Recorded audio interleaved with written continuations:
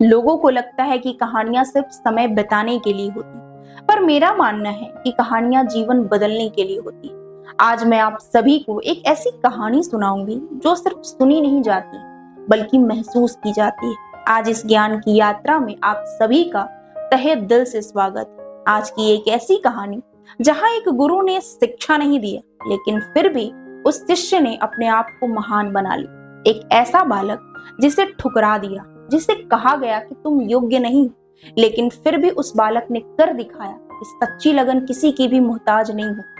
आप सोचो, अगर आपको आपके ही गुरु ने शिक्षा देने से मना कर दिया तो आप क्या करोगे? इतिहास रचोगे या फिर हार मान लोगे? तो आज की कहानी एक ऐसे ही महान योद्धा की है, एकलव्य की।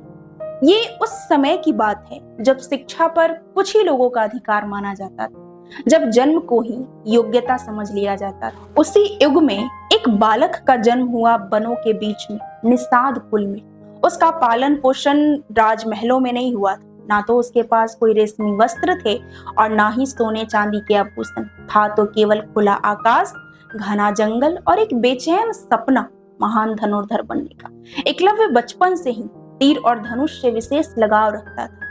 कभी वह टहनियों का धनुष बनाता तो कभी मिट्टी को अपना लक्ष्य बनाकर उस पे अभ्यास करता। उसकी आंखों में बचपन से ही एक जिद था, कुछ बनकर दिखाने का। धीरे धीरे उसे पता चला कि उस समय के सबसे महान गुरु द्रोणाचार्य हैं, जो अभी हस्तिनापुर के राजकुमारों को शिक्षा दे रहे हैं, और उनका सबसे प्रतिभाशाली शिष्य है अर्जुन। एकलव्य ने निश्चय किया कि वह उन्हीं गुरु से शिक्षा ले, और फिर उसने एक लंबी यात्रा तय करके द्रोणाचार्य के आश्रम में पहुंचा। वहां पे उसने देखा कि द्रोणाचार्य सभी शिष्यों को शिक्षा दे रहे हैं। एकलव्य ने बहुत ही विनम्रता से झुक करके निवेदन किया कि उसे भी अपना शिष्य बना लिया जाए, लेकिन उसकी प्रार्थना को अस्वीकार कर दिया गया। कारण स्पष्ट था, क्योंकि वह कोई राजकुमार नहीं था, बल्कि एक बनवासी था। उसी क्षण उसके भीतर कुछ टूटा, लेकिन उस टूटन से एक नया संकल्प जन्म लिया। उसने निश्चय किया कि भले ही द्रोणाचार्य ने उसे अपना शिष्य नहीं बनाया हो, लेकिन वह आजीवन द्रोणाचार्य को ही अपना गुरु माने। और फिर एकलव्य हस्तिनापुर से सीधे जंगल वापस लौटा और द्रोणाचार्य की एक मिट्टी की मूर्त बनाया, जिसे उसने अपने सामने स्थापित किया और प्रतिदिन उस मूर्त के सामने प्रणाम करके अभ्यास करना शुरू कर दिया। वह हमेशा सूर्योदय से पहले उठता और देर रात तक अभ्यास करता। दिन हो रात हो, गर्मी बारिश, किसी भी मौसम में वह पीछे नहीं हटा। वह हमेशा अपने लक्ष्य के प्रति अडिग रहा। उसका जीवन उसी एक लक्ष्य के इर्द गिर्द घूमने लगा, और फिर धीरे धीरे उसकी मेहनत रंग लाई। एक ऐसा समय आया जब एकलव्य सबसे सर्वश्रेष्ठ धनुर्धर बन गया। उसका कभी भी निशाना कहीं चुकता ही नहीं था। एक दिन हस्तिनापुर के सभी राजकुमार उसी जंगल में शिकार खेलने आए। उनके साथ साथ एक कुत्ता भी आया, जो बहुत ही तेज भौंक रहा था। तभी एकलव्य ने उस कुत्ते के मुख में इतना तीर मारा कि वह कुत्ता कभी भौंक ही नहीं सके। उसके मुख से आवाज ही नहीं निकल पा रहा था।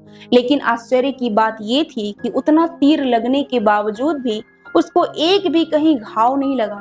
ये दृश्य देख करके सभी राजकुमार चकित हो गए। साथ में अर्जुन भी चकित हो गया, क्योंकि अर्जुन को यही बताया गया था कि वह संसार का सबसे महान धनुर्धर बनेगा। लेकिन उसके सामने एकलव्य तो उससे भी आगे दिखाई दे रहा था। जब यह बात द्रोणाचार्य को पता चला तो द्रोणाचार्य उस अज्ञात धनुर्धर से मिलने आए। उन्होंने एकलव्य से पूछा कि आखिरकार तुम्हारे गुरु कौन है? एकलव्य ने बहुत ही विनम्रता से झुककर कहा कि मैं अपने आप को द्रोणाचार्य का शिष्य मानता। उसने उस मिट्टी की मूर्त की ओर संकेत किया। द्रोणाचार्य समझ गए ये वही बालक है जिसे मैंने वर्षों पहले अनदेखा किया था, जिसे मैंने अस्वीकार किया। और साथ साथ द्रोणाचार्य ये भी जानते थे कि अगर इस धनुर्धर का इसी तरह से अभ्यास जारी रहा तो एक दिन यह अर्जुन से आगे निकल जाएगा। इसलिए द्रोणाचार्य ने गुरु दक्षिणा मांगा और उस गुरु दक्षिणा में एकलव्य का अंगूठा मांग ली। एकलव्य बिना एक पल गवाए, बिना कुछ सोचे समझे अपने गुरु के आज्ञा को सर्वोपरि मान करके अपना अंगूठा दे दिया। उसी क्षण एकलव्य का पूरा जीवन बदल गया। वह पहले जैसा अब धनुर्धर नहीं रह सकता था। उसका कौशल सीमित हो गया। लेकिन उस समय इतिहास में कुछ और बात भी दर्ज हुआ कि त्याग केवल राजमहलों में नहीं होता है, महानता केवल राज सिंहासन पर नहीं बैठती है, बल्कि कभी कभी जंगलों की मिट्टी में भी अमरता जन्म लेती है। एकलव्य की कहानी केवल गुरु भक्ति की कहानी नहीं है, बल्कि यह उस समाज का आईना है जहां आज भी प्रतिभा को जन्म के आधार पर आंका जाता है। यह त्याग की पराकाष्ठा है, पर साथ साथ एक मौन प्रश्न भी है कि क्या वो न्याय था।